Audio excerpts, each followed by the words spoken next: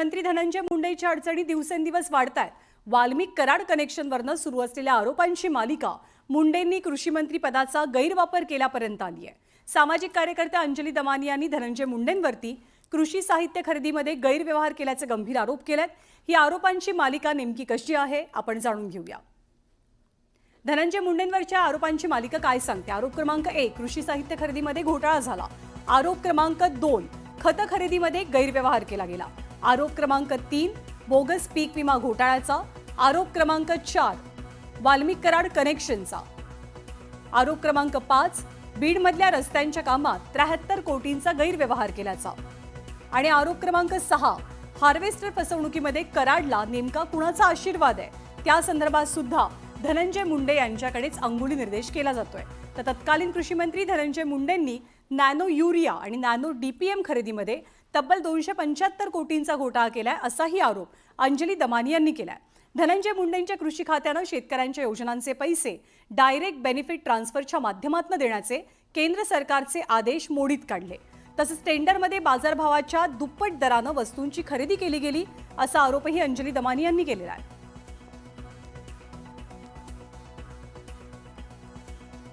तर अंजली दमानी यांच्या आरोपांनुसार केंद्राच्या डीबीटी योजनेला केराची टोपली दाखवत कृषी साहित्य खरेदीच्या फाईलचा प्रवास नेमका कसा झाला ते सुद्धा आपण समजून घेऊया। हा प्रवास प्रचंड इंटरेस्टिंग आहे। डीबीटी योजनेची फाईल, हा फाईलचा प्रवास कसा झाला तर डीबीटी नुसार योजनांचे पैसे थेट शेतकऱ्यांच्या खात्यामध्ये जमा होण्यासंदर्भातली ही योजना होती। या योजनेची फाईल डीबीटीची अंमलबजावणी राज्यांना केंद्र सरकारनं बंधनकारक केली आणि या डीबीटीची फाईल अर्थातच तत्कालीन कृषी मंत्री धनंजय मुंडेंकडे आली। त्यांनी डीबीटीचे नियम मोडीत काढले आणि कृषी साहित्य खरेदीचा निर्णय घेतला। त्यानंतर ही फाईल गेली राज्याच्या मुख्यमंत्र्यांकडे म्हणजे तत्कालीन मुख्यमंत्री एकनाथ शिंदेंकडे। 12 मार्च 2024ला कृषी साहित्य खरेदीचा जीआर निघाला। मग ही फाईल आली तत्कालीन कृषी सचिवांकडे। 15 मार्च 2024ला कृषी साहित्य खरेदीच्या निर्णयाला सचिवांनी आक्षेप घेतला। प्रवीण गेडाम तत्कालीन सचिव होते, कृषी आयुक्त होते आणि गेडामांनी मुंडेंना सूचना केली की तुम्ही खरेदी करू नका, सूचनांप्रमाणे चाला। पण खरेदीला विरोध न करण्याचा सल्ला धनंजय मुंडेंनी अधिकाऱ्यांना दिला। तोवर ती फाईल पुन्हा एकदा तत्कालीन कृषी मंत्री म्हणजे धनंजय मुंडेंकडे आली होती। मग ही फाईल अर्थ विभागाकडे म्हणजे तत्कालीन अर्थमंत्री आणि उपमुख्यमंत्री अजित पवारांकडे गेली। 15 मार्च 2024 ही ती तारीख आहे जेव्हा धनंजय मुंडेंकडनं फाईल आली अजितदादांकडे। खरेदी संदर्भातल्या फाईलवरती अजित पवारांनी सही केली आणि त्यानंतर ही फाईल राज्याचे तत्कालीन मुख्यमंत्री एकनाथ शिंदेंकडे गेली। मुख्यमंत्र्यांकडनं कृषी साहित्याच्या खरेदीच्या फाईलवरती सही करण्यात आली।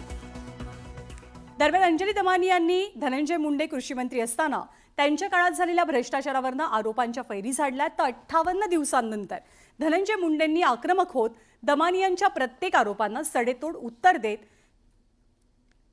अंजली दमानी यांना बदनामिया म्हणत पलटवार केला। पाहूया या दोघांमध्ये जुगलबंदी कशी रंगली। आणि इथे मी जे तुम्हाला दाखवते 92 रुपयाला ही बॉटल तुम्हाला एक सिंगल बॉटल घेतली तरी मिळतीये।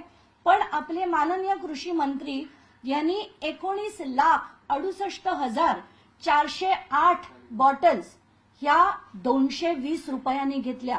म्हणजे दुपटीपेक्षा जास्त किमतीने त्यांनी या बॉटल्स घेतल्या।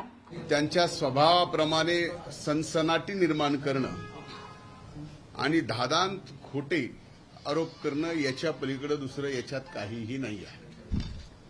मार्च 2024 मध्ये राबवण्यात आलेली निविदा प्रक्रिया, ज्या निविदा प्रक्रियेवर त्यांनी आक्षेप घेतला, ही संपूर्णपणे नियमात व शासनाच्या धोरणाला अनुसरूनच राबवण्यात आलेली आहे।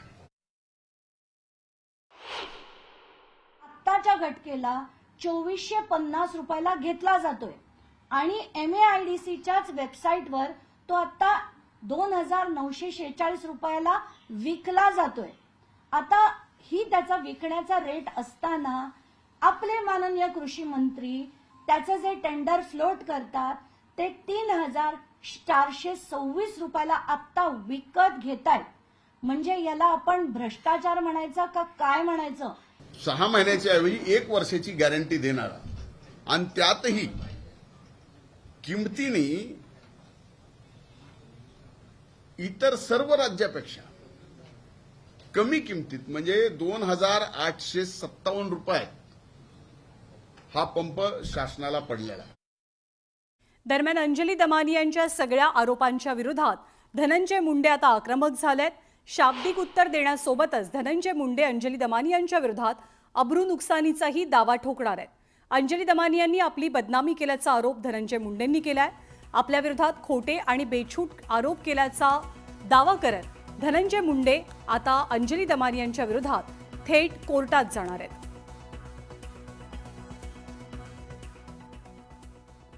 आणि धनंजय मुंडे दमानी यांच्या विरोधात अब्रू नुकसानीचा दावा दाखल करतील असं त्यांनी म्हटल्यानंतर अंजली दमानी यांनी सुद्धा एक ट्विट केलंय आणि धनंजय मुंडेंना प्रत्युत्तर दिलंय. धनंजय मुंडे, आपल्याला अब्रू नुकसानीचा दावा दाखल करायचा असेल तर आपण खुशाल करा.